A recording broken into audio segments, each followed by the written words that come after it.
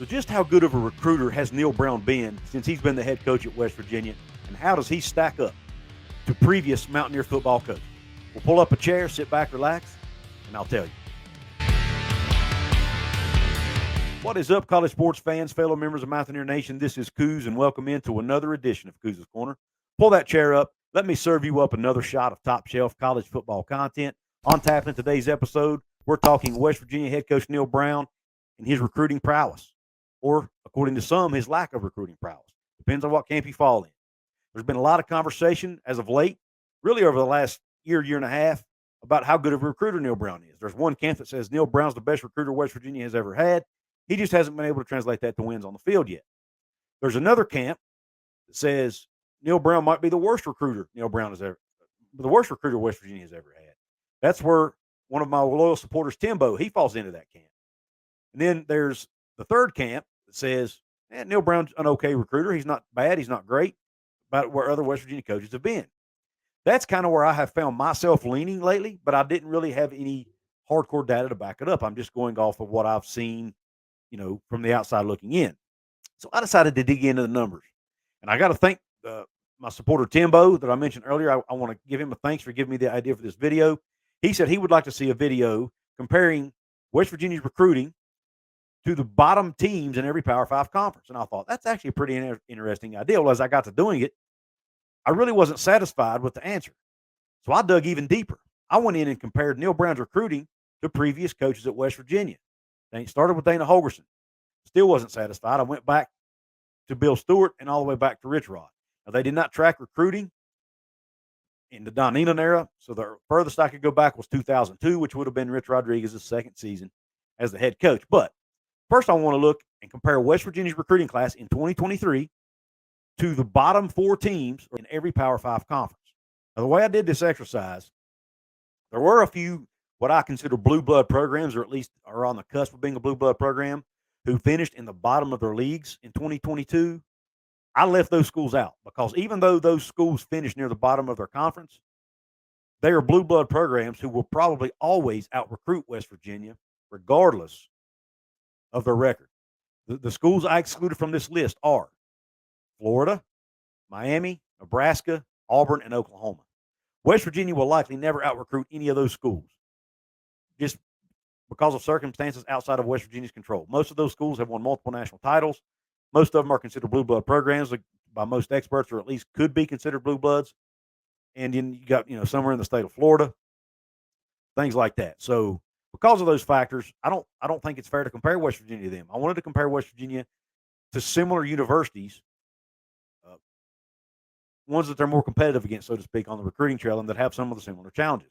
I didn't think 10 was a big enough sample size, so I took the bottom 4 teams that weren't blue bloods from every Power 5 school. That gave us a 20-school sample size. And here are their recruiting rankings. First, you got top left, you've got the ACC. Obviously, you've got Virginia Tech, Virginia, Boston College, and Georgia Tech. Now, what I did, I took 24/7 Sports, Rivals, and On3, the 3 most popular recruiting outlets out there. And I took the average of their rankings to give each team a score. Obviously, the ACC, Virginia Tech, had the best score, with the average recruiting ranking of 39th, which is actually better than I expected, considering they had a really terrible season in 2022. Virginia had an average ranking of 63. Boston College and Georgia Tech both had an average of 62. Not good. The recruiting in the ACC apparently is not good. Now let's go to the Big Ten. We all know the Big Ten just signed that huge, massive TV deal. Did that help recruiting? We'll see. The bottom 4 teams: Northwestern, Rutgers, Indiana, Michigan State. Obviously, Nebraska not part of this list. From the ACC, I left Miami off the list. Now, Northwestern had an average ranking of 44, Rutgers 60, Indiana 65, and Michigan State 28. Look at the Big 12. Obviously, you got West Virginia. Oklahoma was left off this list. Baylor replaced them. But you've got Iowa State at 42, West Virginia at 47, and I have them highlighted just so you can see them a little easier. Kansas is 72, and Baylor is at 33. Go to the Pac-12, you've got Colorado, Stanford, Arizona State, and Cal. Colorado has an average recruiting ranking in 2022 class of 30. Now, obviously, we know Coach Prime coming in has definitely changed that. They would not have been that high without his presence, without his influence. But nonetheless, they are 30th in the country on average. Stanford, average of 44. Arizona State, an average recruiting ranking of 49. And Cal, an average recruiting ranking of 85, which, oh, by the way, is the worst of all the teams on this list. Now let's look at the SEC, the almighty SEC. Texas A&M, 15th. Now look, some of you might say, well, Couz, you shouldn't be comparing West Virginia to Texas A&M because they have all that oil money. I understand that. But Texas A&M is by no means a blue blood, in my opinion. So I'll put them on the list. We can't have every team on the list be a bottom feeder school or a bottom feeder program. So Texas A&M had a down year despite great recruiting. So I'll put them on here. Texas A&M, average recruiting ranking of 15th. Vanderbilt, an average ranking of 51. Missouri, 34. Kentucky, 29. Kentucky, again, another school that was higher than I anticipated. So when you rank these schools, if you rank them in order, here's what that looks like. So what we have here, as you can see, number one obviously was Texas A&M, who was at 15th in the country. Number two, you had Michigan State. 3, Kentucky. 4, Colorado. 5, Baylor. 6, Missouri. 7, Virginia Tech. 8, Iowa State. 9th was a tie between Northwestern and Stanford. West Virginia fell at number 11. On a list of 20 teams, West Virginia is number 11 in average recruiting ranking. Then you've got Arizona State at 12, Vanderbilt at 13, Rutgers at 14, Georgia Tech and Boston College tied at 15, Virginia 17, Indiana 18, Kansas 19, and the Cal Bears come in at number 20. So teams that out-recruited West Virginia in 2022 that finished near the bottom of their league: Texas A&M, Michigan State, Kentucky, Colorado, Baylor, Missouri, Virginia Tech, which I was not happy to see, Iowa State, who's in the conference opponent. So 2 conference opponents on this list ahead of West Virginia. And then Northwestern and Stanford. And folks, you've got 2 of the most highly competitive academic schools in the country, Northwestern and Stanford, schools that are hard to recruit to, ahead of West Virginia, who accepts almost anybody, especially if you're in the state of West Virginia. And I don't say that to be negative toward West Virginia. One of their goals is to educate as many people as possible. So they do allow a lot of students in that other schools wouldn't. But you've got schools like Northwestern and Stanford out recruiting West Virginia in football in 2022 or 2023 rather. I don't think that's good. That's not a good sign in my opinion. But now you got to take in consideration though, one of the things they consider ranking a class is the number of recruits in that class. Okay, West Virginia has only signed 19 guys, which is not a lot. So that does impact their ranking some. So keep that in mind here. This is not necessarily an indictment on the talent level of the players being brought in, but that combined with the number of guys they're signing. Now, some interesting tidbits here. West Virginia is 8th in the Big 12, according to 24/7 Sports and Rivals in the 2023 class. On 3 has WVU at 9th in the Big 12, with UCF 1 spot ahead of West Virginia. Now, West Virginia was ahead of UCF on Rivals in 24/7 Sports. In 2021, West Virginia had the 3rd top class in the Big 12, or 3rd highest average player grade, I should say, in the Big 12, with an average score of 87.54, which is really good, behind only Texas and Oklahoma. So the 2021 class, West Virginia brought in a lot of talent. Some of the talent that they brought in were Wyatt Milam, Caden Prather, Jalen Anderson, Andrew Wilson Lamp, Justin Johnson, Aubrey Burks, Davis Mallinger, Edward Vestorinen, Traylon Davis, and Tomas Remak, just to name a few. Of all that list, there's only one of those players that have left the program, and that's Caden Prather. Now, he was a big loss, and he was the 2nd highest rated recruit in the 2021 class. He was a 4-star recruit. He's no longer with the team. However, the rest of those guys are. So if that 2021 class can step up and put it all together here in 2023 as either sophomores or juniors, redshirt sophomores or juniors, West Virginia could have a really good year this year. Keep that in mind. That 2021 class, a lot of talent. Then in the 2022 and 2023 classes, West Virginia was 7th in the Big 12 in average player grade. Timbo, this is what Timbo asked for. He wanted me to compare West Virginia to the bottom-ranked teams in all the Power 5. But I wanted to go a step further because, to me, this didn't really tell us a whole lot. Yes, West Virginia's out-recruiting half of the, bottom feeders. But that's not really going to help us. Where do we stand when you look through history of West Virginia? How does Neal Brown compare to Dana Holgorsen, Rich Rodriguez, and Bill Stewart in recruiting? I really just started looking at Dana Holgorsen, but I wasn't satisfied with that answer. So I went all the way back to 2002, which is the first year they really started tracking recruiting rankings. They did not do it during the Don Nehlen era. So let's take a look at where West Virginia stacks up, or how Neal Brown stacks up, rather, against these other coaches. First, let's look at Dana Holgorsen. When you look at Dana Holgorsen, now I'll put 24/7 Sports on the left, Rivals on the right. Dana Holgorsen, when you go down from 2012 through 2018, now I excluded 2019 because that's the year Dana Holgorsen left the program. Both he and Neal Brown had a hand in recruiting that class, so I didn't think it was fair to compare it, so I kind of left it at the bottom with an asterisk. But when you look at the average of just Dana Holgorsen's classes, he had an average ranking of 39th in the country and an average player grade of 84.6. That's per 24/7 Sports. When you look at the Rivals, average still 39th in the country and average player grade of 2.89. They grade their players a little different. Go down to Neal Brown, 2020 through 2023. Average ranking, class ranking of 40th in the country.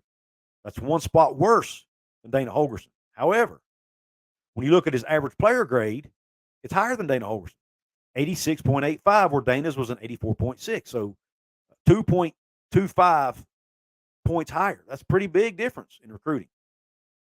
So Neal Brown is bringing in a higher grade of player than Dana Holgorsen did. However, it's not translating to a higher recruiting ranking. There's two reasons for that. Number one, he's bringing in less players. Dana Holgorsen brought in a minimum of 22 players, or 23 players, I should say, in every single class.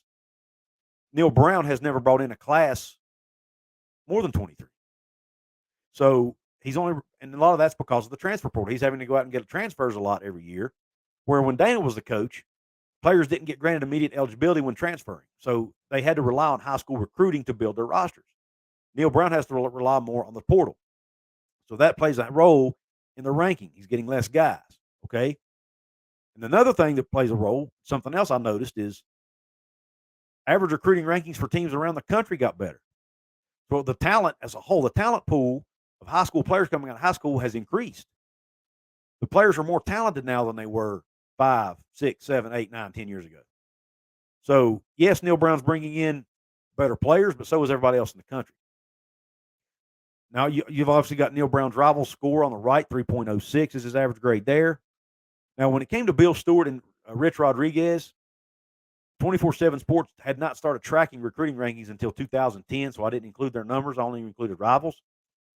But when you look at Bill Stewart's Rivals numbers, 2009 through 2011, and the reason there's an asterisk at 2011 is because that's the year they had the changeover, but from Stewart to Holgorsen. There was all that controversy there with how that played out, so that could have impacted the recruiting.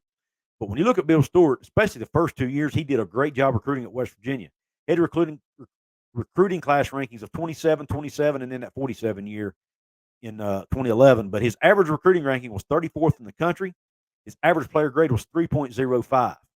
So only 1/100th of a point behind Neal Brown average player grade, and 4 points better in national ranking. So, and keep in mind, I told you earlier, the number of players you sign affect your ranking. In 2009, 2010, 2010, 2011, Bill Stewart only signed 20 and 21 guys respectively. Very low numbers.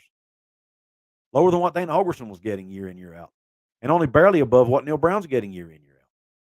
So that shows you the level of talent Bill Stewart was able to go get at West Virginia. Now, there's an argument that he didn't recruit enough guys and didn't have the depth on the team that Dana needed when he took over. But that's a conversation for another day. But when you look at the average player grade, Bill Stewart was right there with Neal Brown as far as talent level. He just didn't bring in quite as many guys. And his average recruiting ranking nationally was also higher. Now, 2008 was the year Bill took over for Rich Rod. I put that year here at the bottom. You can see 42, 28, and 2.36 was average player grade, so not a good year there. And when you look at Rich Rodriguez, there again, he didn't recruit. He didn't set the world on fire in recruiting. When you look on paper, average ranking nationally of 39th, which is on par with Neal Brown and Dana Holgorsen. Average player grade of 2.55. Yes, that's much lower. That's actually lower than any of the three guys. I mean, Dana had a 2.76 according to Rivals. Rich Rod had 2.55.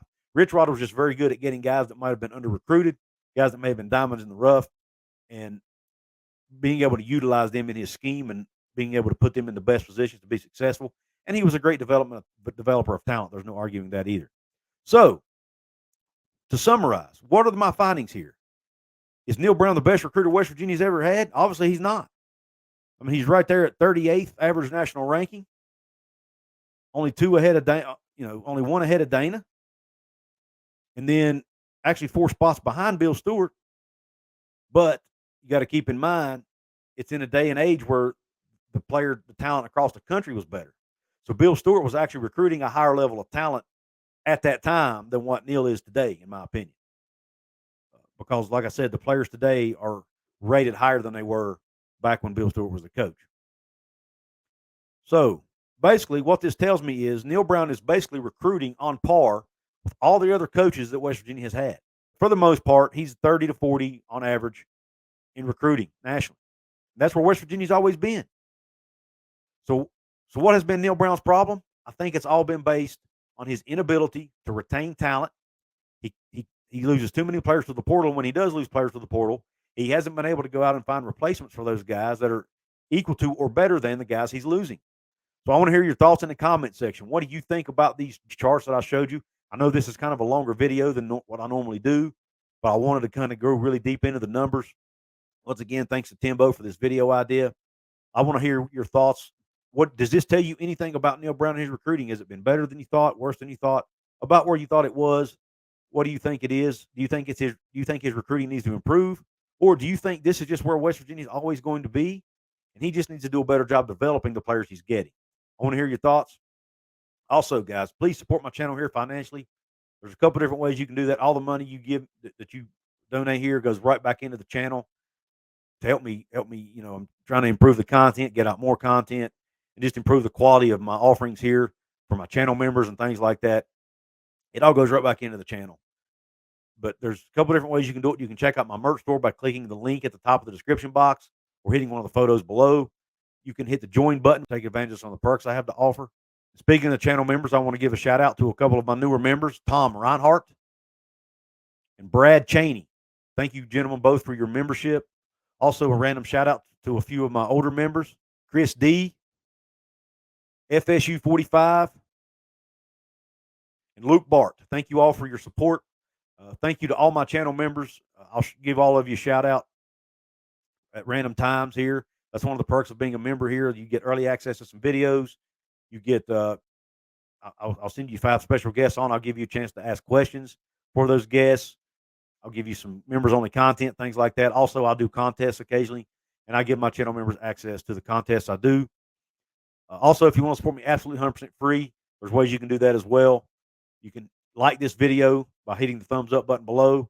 Share this out with your friends. Drop that comment below like I mentioned earlier. And last but not least, subscribe. I need subscribers, guys.